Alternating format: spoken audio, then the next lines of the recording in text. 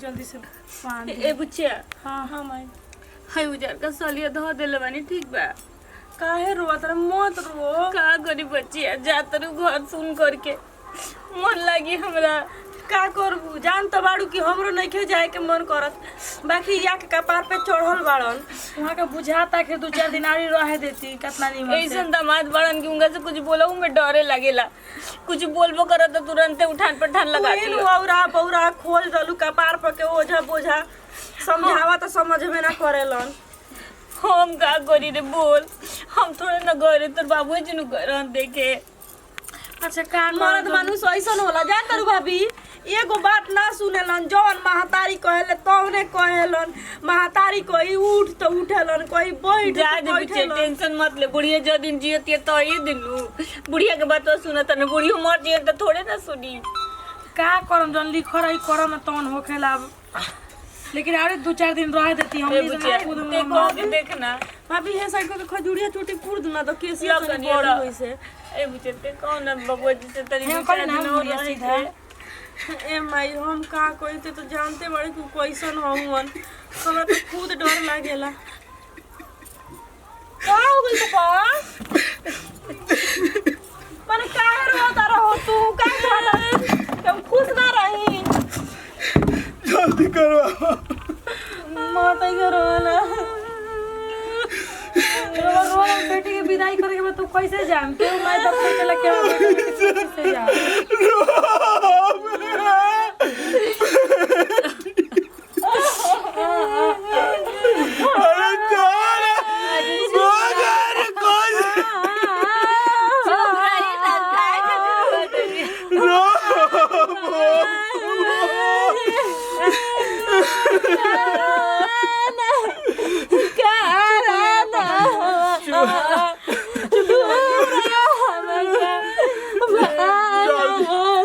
जल्दी करो आओ बहुत प्यार बन जल्दी करी जा तई लेट होता जल्दी करी जा आओ चली जा जल्दी करी जा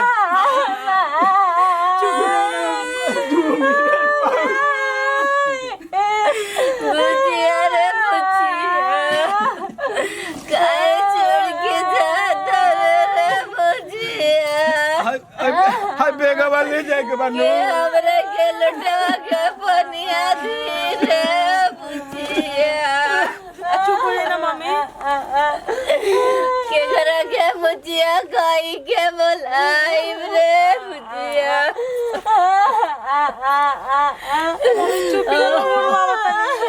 चुप रह बुचिया चुप रह चुप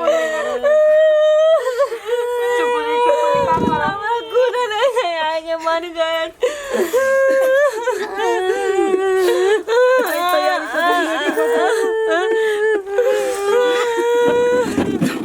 जल्दी जल्दी करो जीवन के बारे एक ने बुचिया के बारे झाड़ दो।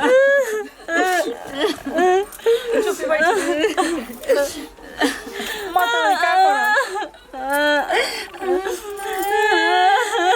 करो लड़की के जाए के मन करेला कोई अपन नजर छोड़ के लेकिन का करे विधि के विधान बाटे तो करही के बाबू बाबूजी से कौन है कि समझाओ सुनकरा के हम कोई हमरा हिम्मत नहीं के रे बच्चिया कोई के उदासन बड़न की तनकी में आप बहुत लेके उठ जाए नम का कोई ए कनिया हम बोली ना तनी तू ही कह ना तनी तू मजा के कह मनियन तो मनियन ना मनियन तो काहे कि चलो मजाक भइला का रे बच्चिया। हां बाबू के हम बतियावत नहीं लेकिन हम का करी जो हमरो बतिया ना सुने नी कहनी कि ना हम ना छोड़ दे को दिन तक ऐसन बौरा किसिया दामाद मिल गए हमरे बच्चिया के दादा दूरवा के नहीं गिर गलट दे भले अपना बच्चिया के कुंवारे रख दी बौरा से बियाह ना करई दी दादा हमार बच्चिया के जीवनवा फट गइल तबियत खराब हो गई चुप रहो लो ले बाबू चन्नरी उड़ा दे अजी रवा खाई नहीं खाली बबुआ जी से तनी 2-4 दिन और रहेगा रह देवे खातिर इन हाथ राम दिया गई ना और विदाई की तैयारी लगल में कोई तू एकदम मानस को दे बच्चे दे चितरी उड़ा दी दे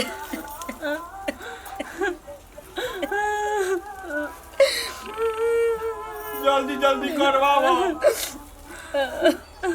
अरे गाड़ी आ गई बा गाड़ी तैयार किया अरे काहे परेशान कइले बानी तैयारी करावते न बानी निकले तो जाए प्रणाम जल्दी करी जा इधर प्रणाम जल्दी करी जा काहे ऐसे परेशान तू जल्दी रावड़ी रहे देती कितना ए निक बबुआ रही जी तनी ध्यान दे हम निमन से राखम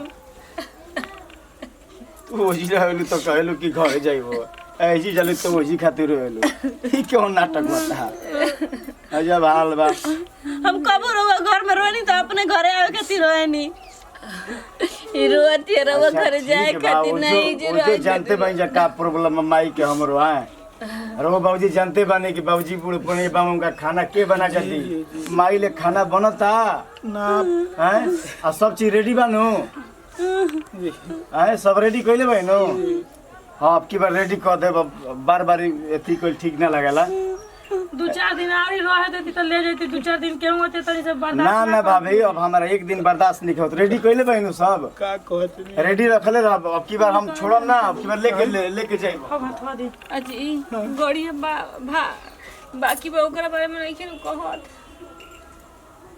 पहले से रवा के ना कहल रही गाड़िया के बारे में हां जानतर माई उनकर महतारी बहुत सिखावेले और ना तो हमरा के ताना मारेले गरियावेले नहीं बताई तो गड़िया के भी व्यवस्था नहीं की करे तो कैसे विदाई होई ना तू रुको ना जानतर भाई बहुत लांगटा होटे ना दिया तो तबाह कर दी जाते लोग बोले तो सुनिया तो लगिया खाली महतारी के सिखावल देखो तो महतारी मर जाई मरे से पहले उ बुढ़िया हमार जान लेके जाई ना बच्चे ज्यादा तरह क्यों के ना कहे जे उतार सास नु हई ना कहे के जब तक जियो तरी तब तो चलते चलाओ तरी मर गेले के बाद तोहरी नु चलते चल उनकरा समझ में आवता कि हम उनकर पतो हई पतो के साथ ऐसन कइल जाला का करबू सब के ऐसे ना नु होकेला हां सब कोई तोहरे माई जैसन बा हम अपना पतो के कितना लाड़ प्यार से रखेली ज्यादा अपना तू आपन फर्ज निभाइय तू अपन करिह खाना दाना टाइम से बना के दिह दे जांगर क दिह तेल तासन लगा दिह कपड़ा लत्ता पीच दिह दुगो बातों बोलियन तो बर्दाश्त करके रहिय बर्दाश्त करे से तू बर्दाश्त करम तबे न रह हां बर्दाश्त करले से आदमी छोट अरे छोट हो महाराज जाला जल्दी करी जा लेट होता हो गइल बाबू जी हो गइल ए महाराज रउआ सब कतना देर में ड्राइवर खड़ बा चल मैं बाबूजी देखी ना तनी देखी तो बड़ा इनकर हो गइल कनिया हां ओ ये रुकी ना तनी से ठीक कर दी अब खोचवा ना दियई हो अच्छा खोचवा दे चल बड़ू एतिया में दे दे एकरा के खोचवा चलो लोग जल्दी करो लोग चलो जल्दी करो जल्दी चलो करो चलो तनी चलो अब रह दो दिन पहना दी अब रह दो मुझे पहन ली चलो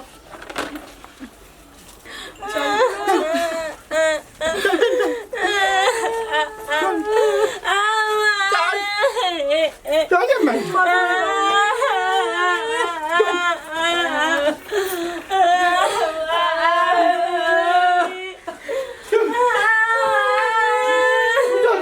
जल्दी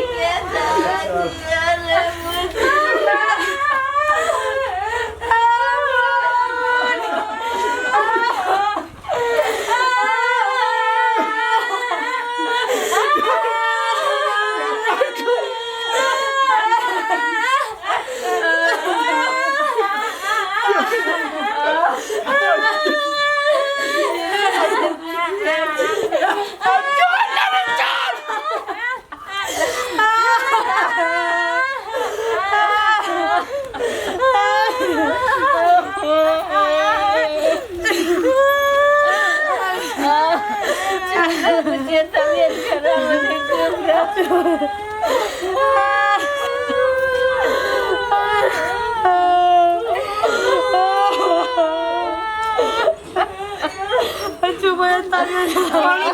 चलो हेलो हेलो हेने आए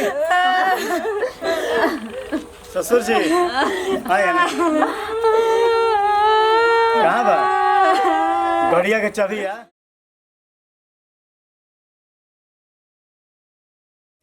नमस्कार प्रणाम, हम आप सबके भाई रंजीत शर्मा चंदू और हमारा जो बड़ी चाहत यादव जी, सीमा सरगम जी, मनोरंजन पाठक जी और अनुराधा रागिनी जी, आप सबके प्यारा चैनल बाटे 99 AM कॉमेडी मूवीज। बिल्कुल। तो इस चैनल पे बहुत सारा प्यार आप सबके मिल रहा बा और बहुत अच्छा लगा था आप सबके प्यार, आप सबके सपोर्ट देख के।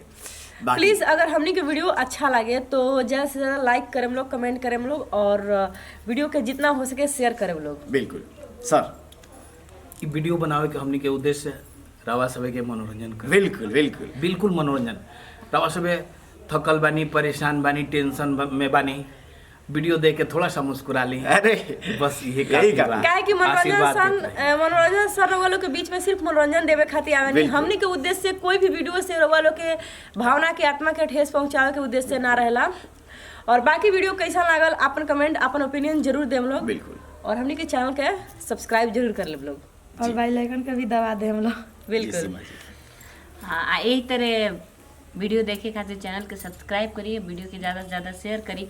अगर कोई तरह के वीडियो वालों के देखे के बाद तो कमेंट में जरूर बताएं। बिल्कुल। ताकि कोनो हमनी के वीडियो वैसन बढ़िया वीडियो लागे बना ओकरा के सके। 5 आदमी के सब्सक्राइब शेयर कर दे। बिल्कुल पॉइंट वाली बात बा। तो ऐसे ही आशीर्वाद प्यार बनो रहे हमनी के टीम पे 99 AM कॉमेडी मूवीज पे। तो यही के साथ हमनी के हमेशा बोलले बन जा कि जय भोजपुरी, जय भोजपुरी समाज।